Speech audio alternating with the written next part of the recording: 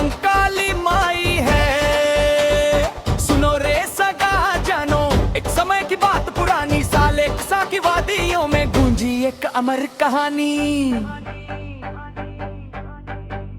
घोर अंधेरी गुफा जहां और सन्नाटे का पहरा था। कंकाली दाई का ममता सागर सबसे गहरा था, गहरा था, गहरा था, गहरा था, गहरा था। कंकाली दाई का ममता सागर सबसे गहरा था। चमदाई दाई का ममता सागर सबसे गहरा था। जब विपदा के बादल छाए और संकट में थे त्राणन, तब दाई ने अपने आंचल में दिया पुरखों को स्थान।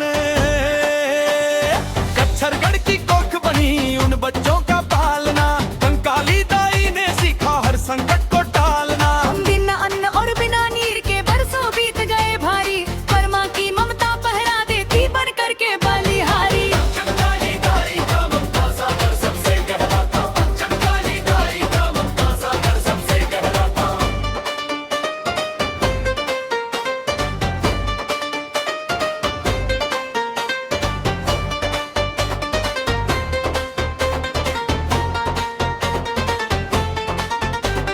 खड़ खड़ खड़ खड़ खप्पर बाजे, खन खन खन के चूड़ी, दुष्टों के विनाश को मैया हो गई है अब रूरी। आंखों में अंगारे देखे अपनी काली जाए, धरती खबरी भक्ति दलती जब दाई हो गाला गाए। वो कंकाल देह वाली परबल में सबसे न्यारी, काल भी जिससे डर कर भागे ऐसी मेरी महतारी।